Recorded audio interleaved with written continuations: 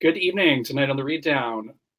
Okay, I'm back. Good evening. Tonight on the Read Down, we talk about the GOP's efforts to oust members of their own leadership, as well as what the Biden administration is planning for a post-pandemic life and what that looks like for all of us. This is the Read Down.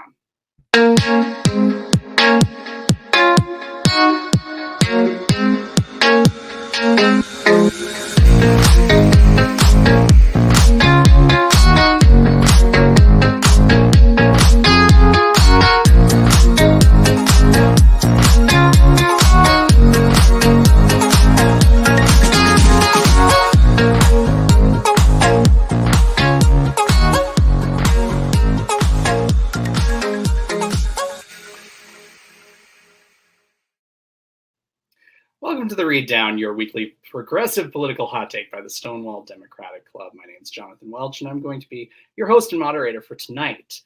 I'm going to welcome in my wonderful co-host, Ebony Murphy-Root.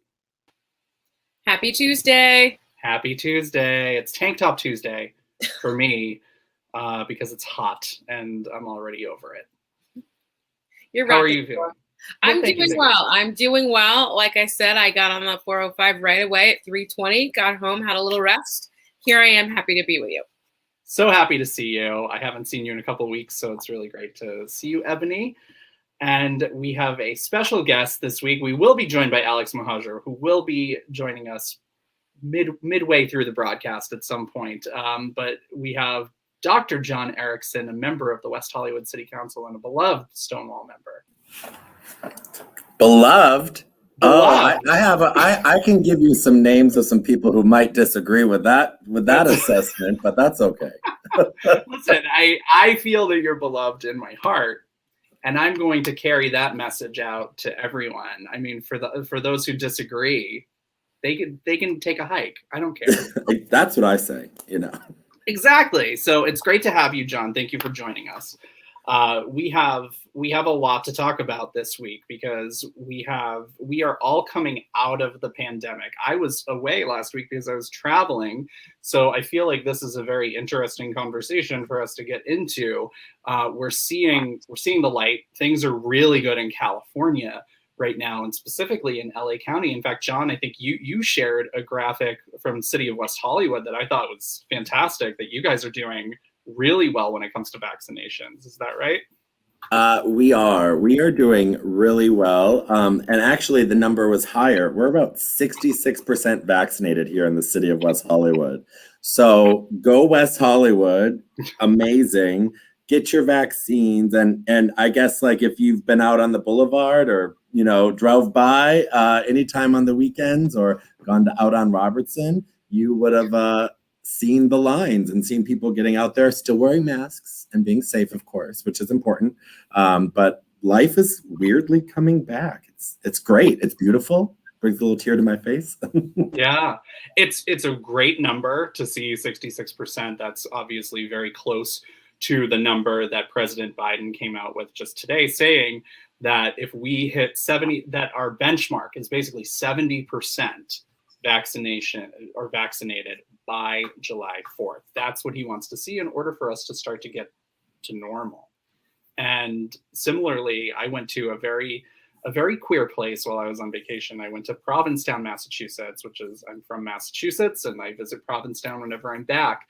And my good friend, State Senator Julian Sear, who I spent time with when I was there, told me that Provincetown's 88% vaccinated, which is great.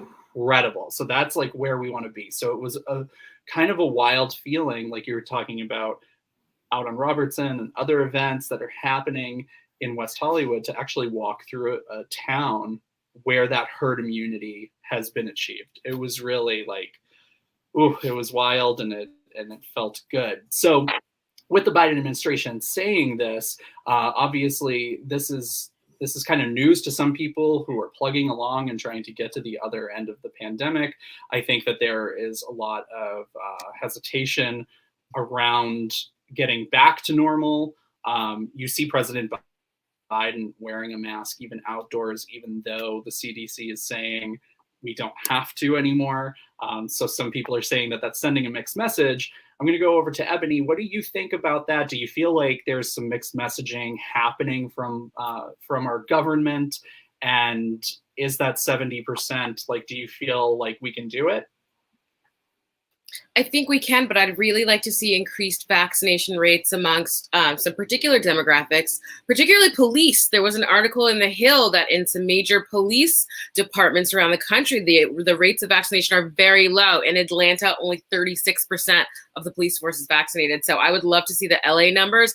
But I think as sort of role models for the community, if we can view them that way, I'd like to see police along with teachers and doctors vaccinated at much higher rates than 70%. So I'm hoping that we can get those vaccine hesitant folks to get those numbers up, because they come in contact with the community and we kind of can't really decide for ourselves if we get to come in contact with the police. So we're really depending on them to make better decisions than the general population. Do we think it's like the police versus the people sometimes? Like, I kind of feel that way. That's a hot button topic that it would probably, I don't know if we want to get into, but it just feels like, are they on the same page? It just really, that's a strange statistic. John, do you have a thought? I always relate this back to my hometown in Wisconsin, and I know all the people that became police or sheriffs in my hometown of Ripon, Wisconsin. Many of them were driving around with the Confederate flag when I was in high school from their big old pickup trucks. In Wisconsin. And now they are police officers. So the fact that you are saying that, Ebony, does not surprise me. I actually read that article. I was a little scared to see that for more ways than one. But right now it's not, we're even talking about articles regarding not even being able to obtain herd immunity because of vaccine hesitancy among population groups. And so getting to that key 70, 80% nationally is something that they're thinking might not be attainable because some people are choosing not to get the vaccine. And right now, we can't give it away fast enough here in California. And so we need to do all we can to get people vaccinated. Yeah, are we seeing rates kind of plateau at all, or is the demand still really strong here where we are? City of LA just opened up all of their vaccines. If your phone was buzzing around 5 o'clock or 4 o'clock in the afternoon yesterday, you got a public service announcement saying no vaccines necessary, no appointment necessary to come in and get a vaccine at any of the City of LA sites. And with the county, they're closing down max vaccination clinics because right now they're really working, as we saw what Gavin Newsom said today, getting to small local community events to really get into the communities where they need them the most. And so these larger sites are being kind of taken down at the moment, slowed down, and getting back into the business of one-on-one outreach, getting to those people that really need to hear it and really get the shots in their arms.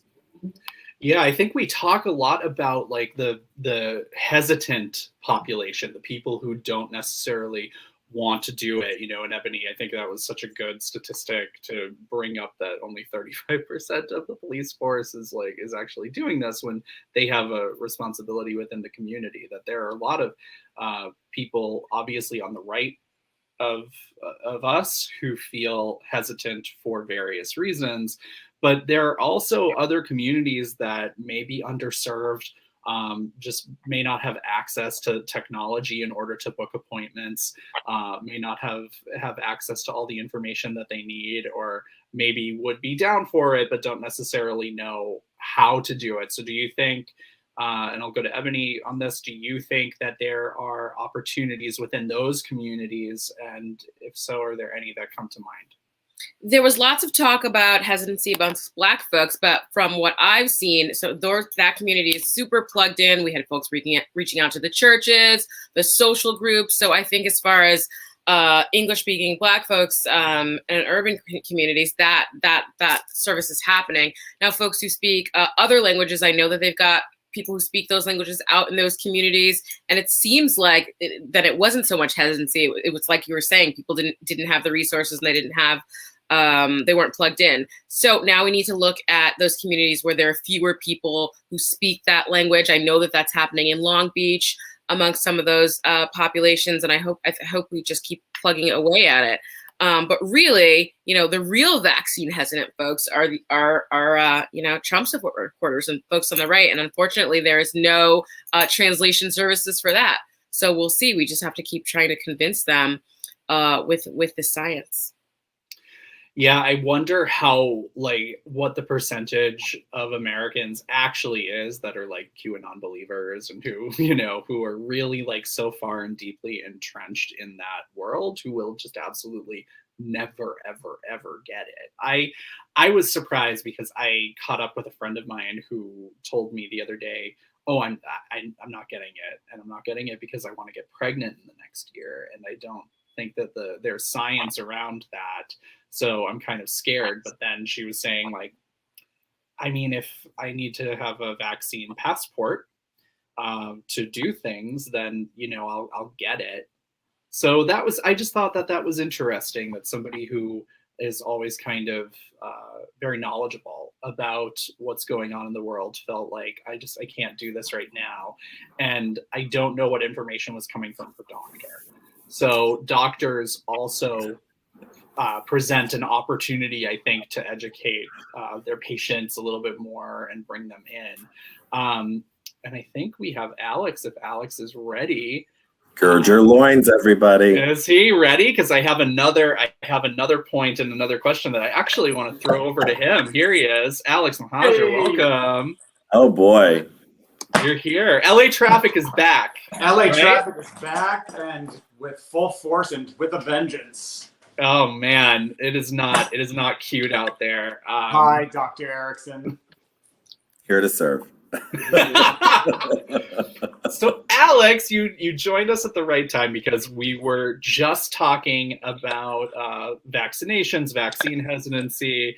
I want to go to the other side of that conversation. I was reading a really interesting piece in The Atlantic today that was saying that people on the left are, we've been talking about trusting science, and we're going to trust science. Well, now science is telling us that we can actually open things up. We can go outside without a mask. I went on a hike with you, Alex, and I brought my mask, and you were like, what is wrong with you? Why are you bringing your mask?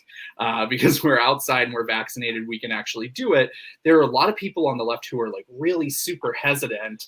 Do you think that that's going to hold us back because we're pulling people in the other direction?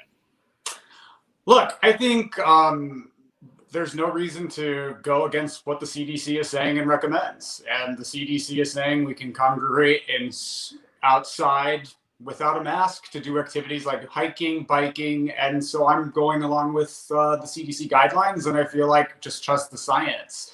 So for people who are hesitant either to receive the vaccine or on the other side of it to go out in public without a mask sometimes, all you got to do is trust the science. And it goes both ways, and it goes for both ends of the spectrum. So, I don't wear a mask now when I am hiking with you, Jonathan. And I feel like that's kind of important, because we want to show people we can start getting back to normal here, and it's on the horizon. And, here in LA County and in California, we now have the lowest new infection rate in the continental United States. Thanks, Gavin Newsom. Thanks, Governor Newsom. What did we call him last week? The Gavinator.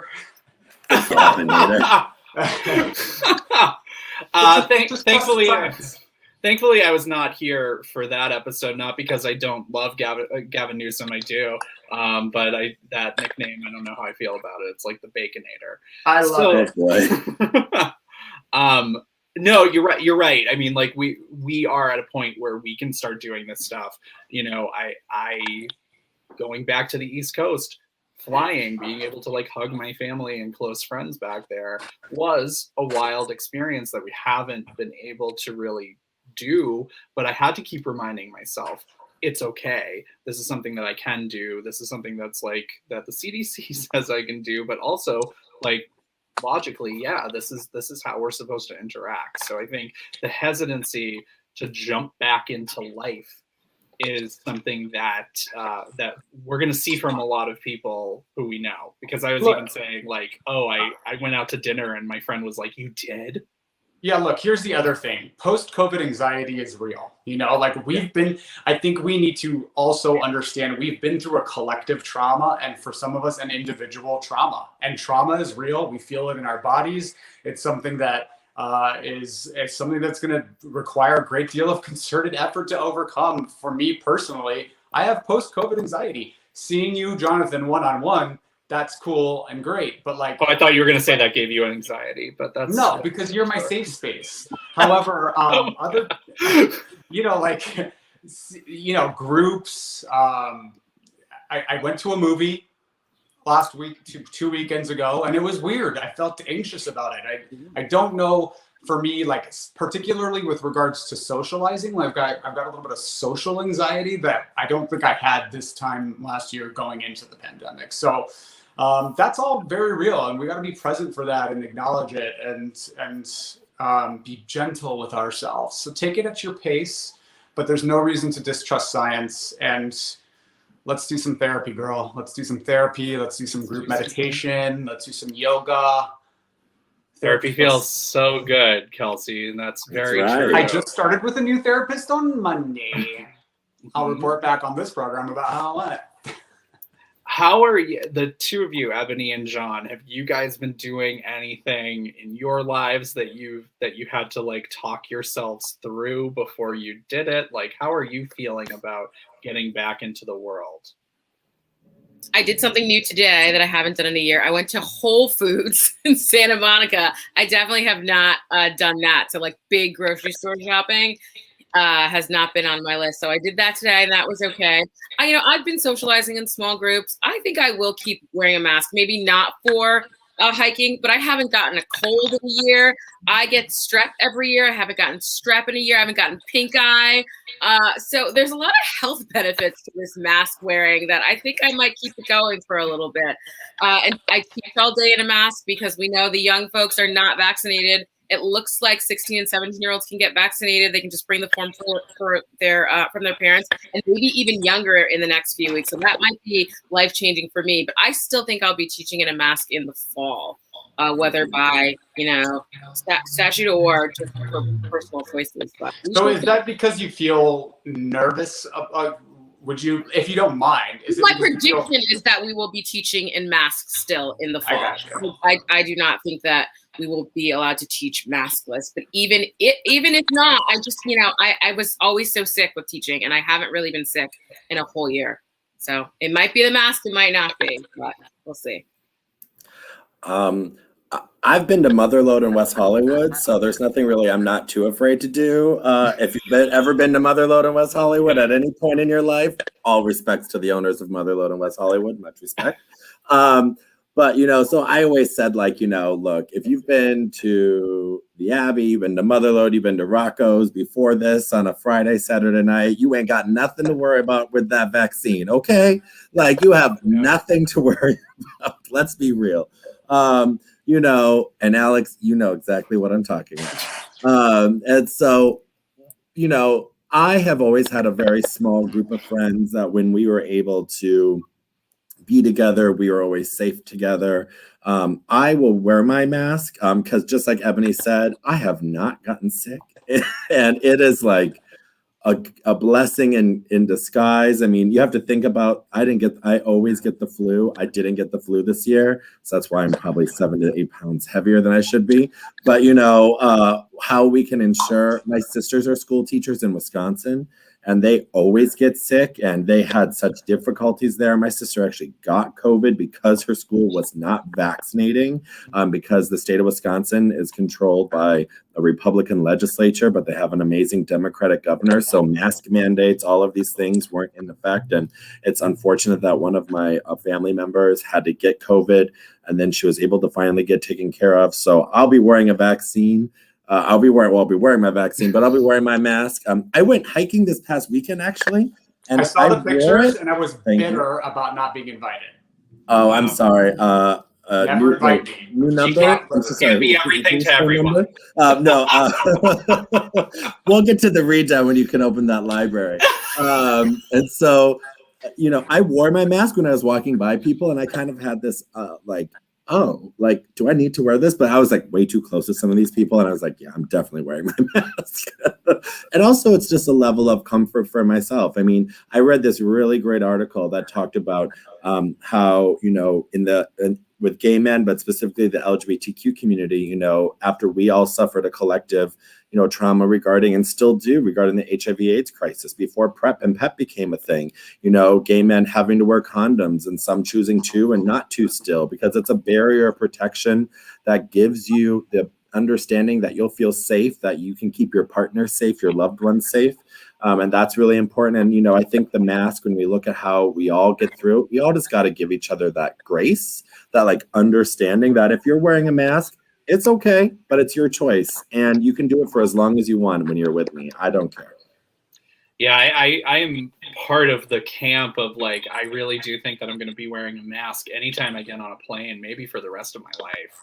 Like, really, that is just a tube of disease. And I have got colds and flus and everything flying, you know, because I am from the East Coast and I tend to go back when it's colder, and I visit New York and Boston, and like you got a lot of sniffling people who are sitting inches away from you. So it's like that does help. And I think that that's a choice that we can make.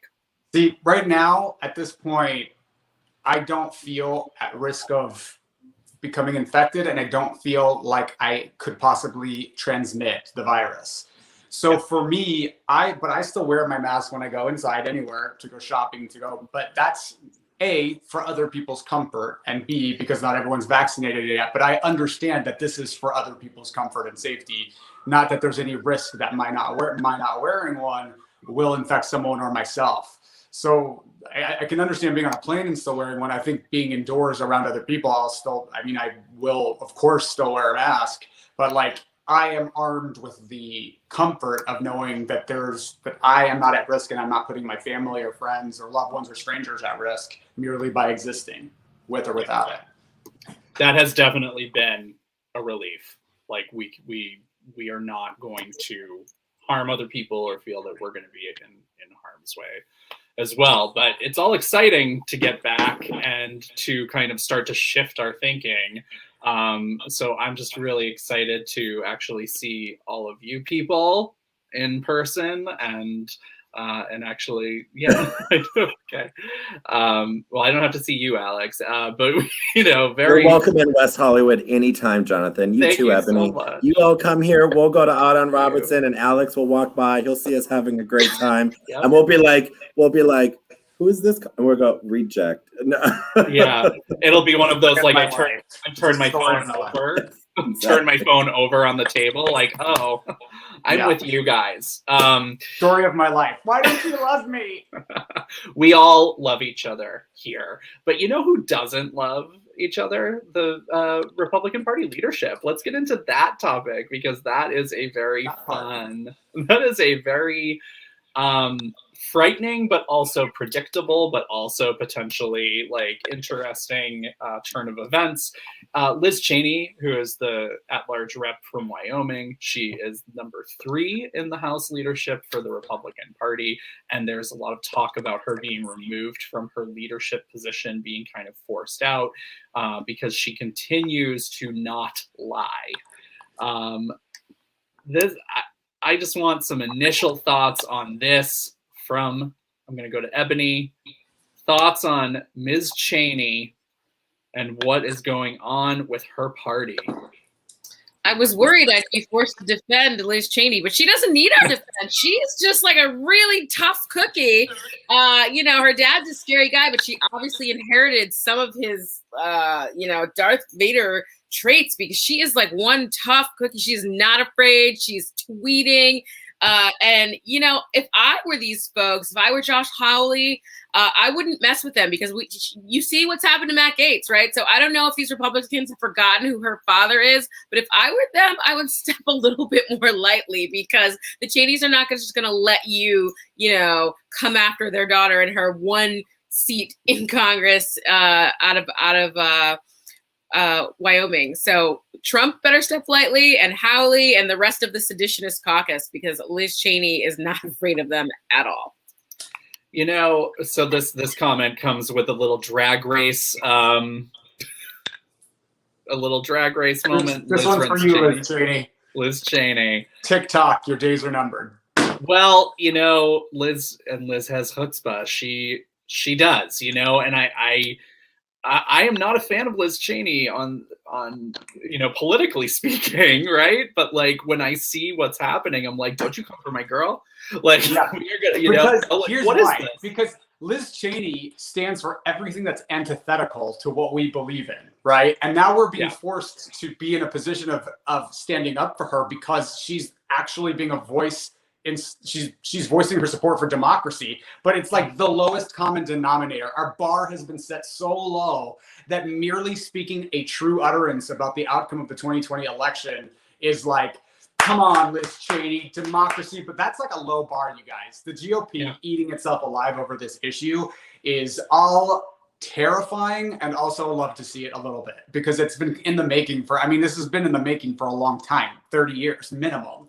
And so this is just Donald Trump forced the Republican Party to come to a head in terms of what its identity is. There's the pretextual identity that they had for many years of being the family values party and small government. And then the reality, which is white nativist protectionism, white supremacy, corporate interests, and anything to remain in power. That's the Republican playbook for at least 30 years. And now we're watching this dialogue play out in the public right in front of us. And some Republicans like Liz Cheney, I don't think she's going to survive this. I don't. Yeah, well, what does that say, though? That basically this is a fight for democracy, period. They've become an anti-democratic, small d democratic, like an anti-American party, and they're looking towards authoritarianism. So, Liz Cheney, she's going to be for sure primaried when it comes down to it. She's probably going to lose her position in leadership in the meantime. But is this party going to get smaller? Or is she going to break off? Let's be clear about what this is about. The Republican Party does not believe that the 2020 election was stolen. The Republican Party knows that if they keep repeating it, it can help justify anti-voting rights bills, of which there are 300 or more in state legislatures, Republican-controlled state legislatures across the country, restricting access to the ballot box. And that is what this is about. It is a justification for their deliberate actions to keep Black people from voting. I said it. Well, and here Jane also brings up a point. We end up rooting for Liz Cheney and Mitt Romney. We see what the Republican Party is doing, right? We see what they're doing, and here we are cheering on Mittens, and he was up in front of he was my governor for a while. We had a lot of nicknames for him, but he was up in front of the Utah Republican Party, and he got booed. And at one point, he looked down at the mic and he just said, "Aren't you people embarrassed? Aren't you embarrassed?" John, what do you think? Are they embarrassed? Do they have any humility? Did that matter? These people have no shame. Are you kidding me? They are trying to oust someone who stood up for our Constitution. American democracy. And when, she shook the president's hand, or I'm sorry, she fist bumped or whatever she did at the State of the Union or whatever his presidential address was. And, it's like, and she had to defend, giving and respect to the office of the president of the United States when she knows that her dad was pretty much the president of the United States. But, and understanding the ways in which, I actually admire that. But dear God, I don't want to defend Liz Cheney, who has one of 2 congressional seats in Wyoming. So best of luck. But for the all 500 people that live there. And then, but in understanding how Mitt Romney votes to protect the Constitution because Trump should have been impeached. The fact that we have to fight over just civility now is just so disgusting. But these are people that saw individuals storm the Capitol that threatened their lives, that probably would have strung them up if they had the opportunity to. And they're like, oh, it's okay. Frankly, that just shows you all you need to know, all you probably don't want to know, and frankly, where the Republican Party's headed. And all I say, as a very active Democrat, is suburban voters await, and they will peel from you quicker than anything. And that means more election wins for us in those areas, a bigger House majority that we need, and Daddy Biden getting another 4 years in 2024. That's all I got to say. Well, we're gonna interesting, work our John. asses off for that, but yeah, go What? ahead, Alex. It's interesting, John, that you should bring up the population of Wyoming, because did you know that Washington, D.C. has more residents in it than Wyoming and Vermont?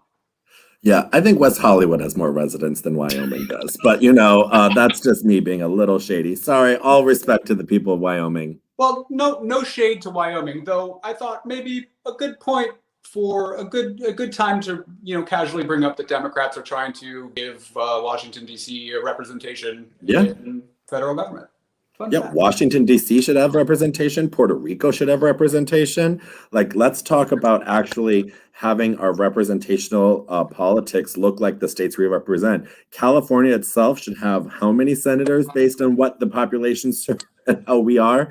I mean, it just goes to show that our system is outdated. You look at the Supreme Court conversation, that's completely outdated. You look at the Jim Crow era of the filibuster, of which, if you went to the California Democratic Party convention this past weekend, you saw Democrats themselves fighting for the language in the resolution to make our party support the abolishment of the filibuster when people didn't want it to occur, and all the arguments there that I know Stonewall's on the right side of. But thank you, Alex, and the whole team. But that's the type of stuff that we still have to look inside for, because there are Democrats like Joe Manchin or Kristen Sinema, who I'm actually ashamed I knocked doors for at this point in Arizona. Sorry, I know we're supposed to support all Democrats, but Joe Manchin is practically a Republican. And Kristen Sinema, that image will forever haunt her into 2024 when she runs again. You say we should support them all personally, and I'm not speaking for Stonewall here, I'm speaking for myself, but I feel like if we don't critique fellow Democrats, if we don't try to bring out better behaviors in those fellow Democrats, then what are we?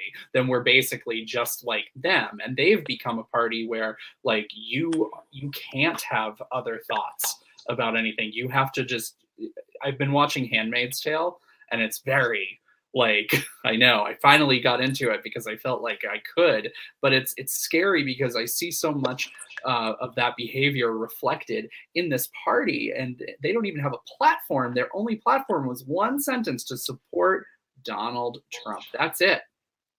So if you speak out against that, then you're done. Like, you're not a Republican. Yeah, exactly. You are persona non grata, and you better pack your bags and get out. So it's going to be scary and also interesting to see what happens, I think, with some of these primary elections, with everything that's going on in the next election cycle and the one after that too. Mm-hmm. So we're turning this into a mini read down tonight. We are having a shorter episode this evening, so we have come to the point already. God, there's so much more to talk about, but fortunately we'll be here every week, where it's time for the library to open, for people to stand on a soapbox and read anyone for filth and tell us what is on their minds. I'm going to start this week with Alex. Alex, can you tell us who you'd like to read, what's going on, and just go for it? This week, I'd like to read Our System of Policing, which is something that we have talked about on this program a lot, but I feel the need to bring it up again. So I was robbed Sunday night. I was burgled. Someone broke into my home and robbed me. Stole my computer, other items. This is second time and a half that I've been robbed in this house over the last 4 months. The police officer that came to do the police report, I talked to her. She was very lovely and nice. And she said, because of COVID, crime is up and yada, yada, yada. And I couldn't help but feel like this is the problem, really, is we keep chasing the problem. We are not addressing the issues of homelessness, education, housing. Instead, we are just chasing a problem. This police officer came to my house to take a report. They're never going to find the person that stole from me. And if they did, that person's going to go to jail or be arrested. And we're just all back into the same cycle. And as a person who was victimized, which is like a tough reality to accept, but is like the reality that I'm coping with right now. I'm forced to participate in this cycle because what happens when something happens to you? You've got to call the police and file a police report and document everything that was taken. And it's just like a cycle. And I told her, the officer, very lovely officer, Long Beach Police Department, thanks Officer Harvey. But you know, I told her, and it's a shame that you even have to be here. And I really wish that we could take some of the funding that goes into your department and put it towards finding housing for the people that are walking around here, jumping fences and stealing because they can't find housing and they don't have access to work. You know, there's no access to rejoining society for people who have been marginalized. And so it's really messed up cycle. And I think now this conversation that we're having about reimagining policing is extremely important for a multitude of reasons, and that go beyond just the pressing one of race and the way that the police treat people of color. It's about an entire system that's broken and needs reimagining. And that's my read for the week. I'm so sorry that happened to you, Alex. I had no idea, and that's terrible. And it's like, I didn't want to talk about it. I didn't want to talk about it. Yeah. I felt shame, and I've been going through my own thing, you know, like weird feelings, but I'm working through it. Hey, you know, I'm just glad that you're okay, and you know, and you bring up many good points about who do you call, who do you trust when these things happen to us. So thank you so much for that, Alex. Ebony, what or who do you have to read this week? Sure. My read this week goes to the folks who did not fill out the census, not because they were afraid, because they were undocumented, just because they didn't feel like it, just because they didn't understand the importance of the Senate, just because they were annoyed at those folks who kept texting them and calling. And so now our state, which has 53 folks in Congress, will only have 52 next time around. And this is bad because, as we know, every state only gets 2 folks in the Senate, which means that so much of our representation, so much of the folks who fight for us are in the Congress, and now we're going to have 1 fewer person, and they're probably going to somehow gerrymander these lines so that, you know, this extra seat or this 1 fewer seat has more representation of, you know, folks who don't vote the way we would like. And so I'm really, really hoping that folks truly understand the importance of the census. It's not just for them, not just for the man to keep track of us, right? But it really affects representation and funding. And I think this is the first time ever that California has lost a Senate seat. And I think Texas, or a congressional seat, and Texas gained 2. So that's really a bummer for us because that's 1 fewer person fighting for us when we pay all these taxes to live in this wonderful state, which we're glad to do if it goes to fund the right things. So next time, please fill out your census in 2030 when we'll all be, you know, in our later 30s then. I'll still be 24. Thank you, Ebony. It's so important to, it's very important. And, you know, thank you also to the census workers who really worked really hard to make it happen. Unfortunately, the outcome was not as great as we wanted here. John, who do you have to read this week? Who don't I have to read this week is the real question. Mine's kind of a very specific read. It's not only to toxic masculinity, but it relates to the Prime Minister of India and his complete and total disregard for his people. This is exactly what we saw happen here in the United States when we elected a man who was like, wanted to be a man and a tough guy. And this is the same type of show of strength and all this bullshit that you see with toxic leaders that then don't put their people first. And you can see how the coronavirus is running rampant in India. We need to do all that we can to send vaccines, which, by the way, in India, that's where most of the vaccines are being made. So talk about working class and the working poor doing work to get the rest of the Western world vaccinated. And then we can't even support them because they have elected a prime minister who, my opinion, is corrupt as all hell.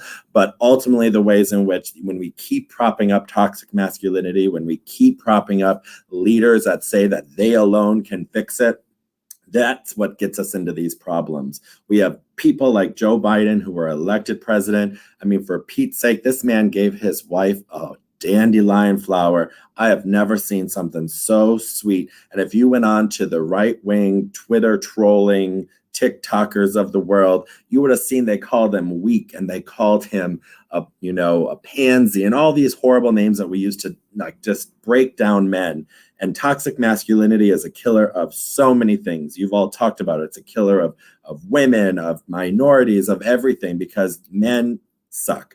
And you can't post that on Facebook because then you'll get put in Facebook jail, but we do. And so we have to break down toxic masculinity. We have to do all that we can, because we are seeing people die as a result of it. And that's when you have people like President Biden that come on there with care and compassion, and they get this virus under control. And just like you did, Jonathan, you were able to go see your parents and your friends, and we're able to get together again. And, hell, I'm able maybe to fly to Wisconsin one day willingly to see my family, who I haven't seen in a year and a half. And so that's this type of stuff that we need to do. And I'm just so tired of toxic men destroying the world. And we got to stop. I'm done.